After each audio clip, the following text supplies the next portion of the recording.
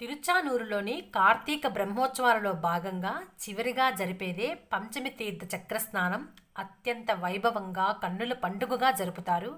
అయితే ముందుగా మనము ఈ వీడియోలో తిరుచానూరులో ఉన్నటువంటి పద్మ సరోవరము ఎలా ఏర్పడింది, వాటి యొక్క విశేషాలు తెలుసుకొని తరువాత చక్రస్నాన విశేషాల గురించి తెలుసుకుందాము. సబ్స్క్రైబ్ చేసుకోని వాళ్ళందరూ కూడా ప్లీజ్ సబ్స్క్రైబ్ చేసుకొని ఈ వీడియోను చూడండి. లక్ష్మీదేవి ఆవిర్భావ ఘట్టం కాబట్టి చివరి వరకు అందరూ కూడా చూడగలరని భావిస్తున్నాను.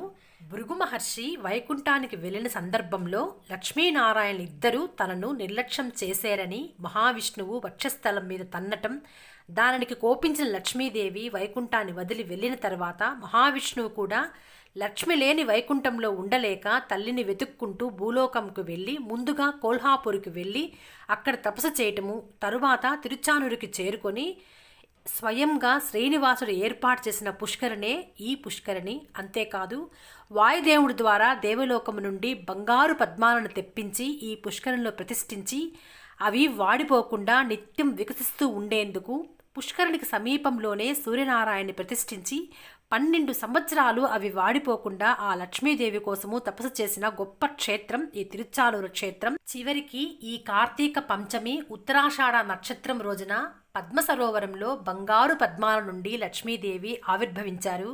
అందుకే పరమ పవిత్రమైన ఈ రోజును పంచమి తీర్థంగా అత్యంత వైభవంగా జరుపుకుంటారు. మాటలతో చెప్పలేని అత్యంత శక్తివంతమైనది ఈ పద్మ సరోవరము. ఇక్కడ నారాయణ శక్తి, లక్ష్మీ శక్తి, సూర్యశక్తి అన్నీ కలిసిన శక్తివంతమైన తీర్థం.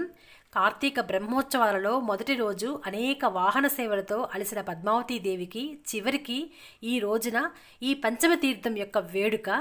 తిరుమల నుండి శ్రీనివాసుడు చీర సార పంపటంతో ఈ వేడుక ప్రారంభమవుతుంది. తిరుమల నుండి పండితులు కాలనడకన అమ్మవారికి చీర సార పసుపు కుంకుమలు ఆభరణాలు పూలమాలలు ఇలా అనేకము ఘనంగా అమ్మవారికి ఇష్టమైన గజాలతో తిరుమల నుండి కాలనడుకన బయలుదేరి తిరుచానూరుకి చేరుకుంటారు. తిరుమల నుండి శ్రీవారి సార వచ్చిన తర్వాత మాత్రమే పద్మావతి అమ్మవారికి పంచమ తీర్థ వేడుకలు ప్రారంభమవుతాయి. పద్మ సరోవరంలో సమీప మండపంలో అమ్మవారి యొక్క ఉత్సవమూర్తిని మరియు సుదర్శన చక్రాన్ని ఏర్పాటు చేస్తారు.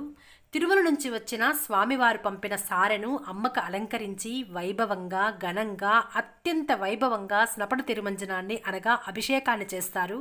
ఇందులో భాగంగా పాలు, పెరుగు, వివిధ పండ్ల రసాలు, తేనె, ఎర్రచందనము, పసుపు ఇలా అనేక ద్రవ్యాలతో సుగంధ పరిమళమైన సుగంధ ద్రవ్యాలతో విశేషంగా అమ్మవారికి స్నపన తిరుమంజనాన్ని చేస్తారు. ఈ పంచమి తీర్థంలో పద్మావతి అమ్మవారి యొక్క స్నపన తిరుమంజనమును తిలకించటానికి, ముగ్ధ మనోహరమైన ఆ రూపాన్ని తిలకించటానికి మనకి 2 కళ్ళు సరిపోవు. ఎంతో అద్భుతమైన దృశ్యం. పూర్వజన్మ సుకృతం ఉంటే కానీ వీక్షించలేని భాగ్యం అది. అనేక సుందర సుమనోహర పరిమళ పుష్పాలు, సుగంధ ద్రవ్యాలు, అతి అపురూపమైన విలువైన ద్రవ్యాలతో అలంకరణ, అభిషేకం, అనేక రకాల పుష్పమాలికలు, తులసి, ఉసిరి మాలలు అలంకరణ, వివిధ రకాల డ్రై ఫ్రూట్స్తో అమ్మకి ఇష్టమైన కుంకుమ పువ్వుతో మాలలు. ఇటువంటి అరుదైన దృశ్యాలు చెప్పటానికి వర్ణించటానికి మాటలు రావు, మాటలు లేవు. అంతటి అద్భుతమైన ఘట్టము. ఇలా వర్ణిస్తూ పోతే సమయం సరిపోదు. ఇలా స్నపన తిరుమంజనాన్ని ముగించుకొని ధూప దీప నైవేద్యాలు సమర్పించిన అనంతరము నిర్ణయించిన శుభముహూర్తానికి సుదర్శన చక్రాన్ని పద్మ సరోవరంలో చక్రస్నానాన్ని జరుపుతారు. అదే సమయంలో ఒక పక్క భక్తులందరూ కూడా ఎప్పటి నుండో ఉదయం 6 గంటల నుండి పద్మ సరోవరంలో భక్తులందరూ ఆ మధురమైన ఘట్టాన్ని చక్రస్నానాన్ని వీక్షించటానికి ఎదురు చూస్తూ ఉంటారు.